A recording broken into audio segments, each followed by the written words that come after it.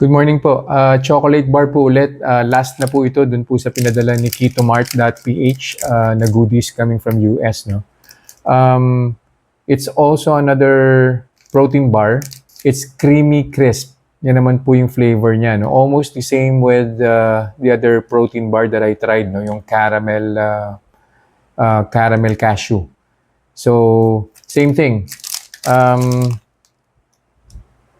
18 grams din po yung total carbohydrates po nito. No? It comes with fiber, 3 grams. Meron din po siyang kasamang fats, 8 grams. And then of course, yung protein po na 20 grams. So yan. So I'm also expecting na hindi din po mag-spike ng blood sugar to. No? 1/14 lang po yung kakainin ko po dito. So kumuha na po ako ng blood sugar level currently at 103. So of course, through the OTI CGM po yan. Kainin ko po yung 1/4 neto, tapos babalik po ako after 2 hours and we'll see kung may gagawin po ba siya sa blood sugar ko.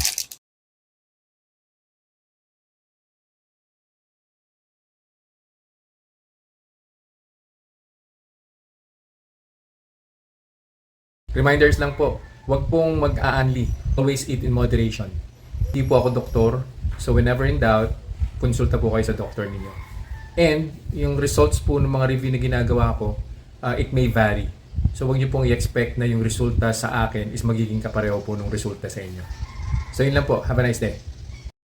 Conclusion na po tayo dun po sa kinain kong protein bar 2 hours ago. No? So yung creamy crisp flavor. So again, galing pa rin po yan kay ketomart.ph. So, nag-start po yung blood sugar ko at 117.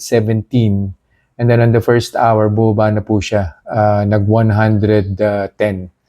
And then, on the second hour, bumaba pa po ng tuluyan, 103.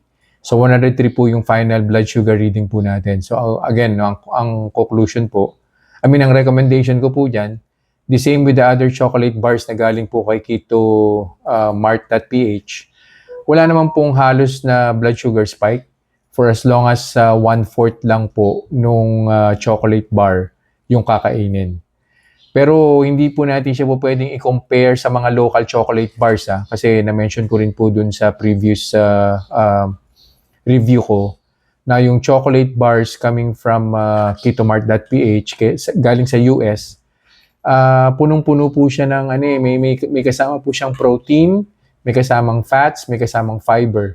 So nag-offset lang po siya ron sa total carbs na nasa chocolate bar. So kung yung local chocolate bars po natin, wala po nung ibang ingredients na nabanggit ko, hindi po magiging pareho ng resulta, definitely. So yun lang po for this review. I'll see you guys in the next vlog. Bye-bye.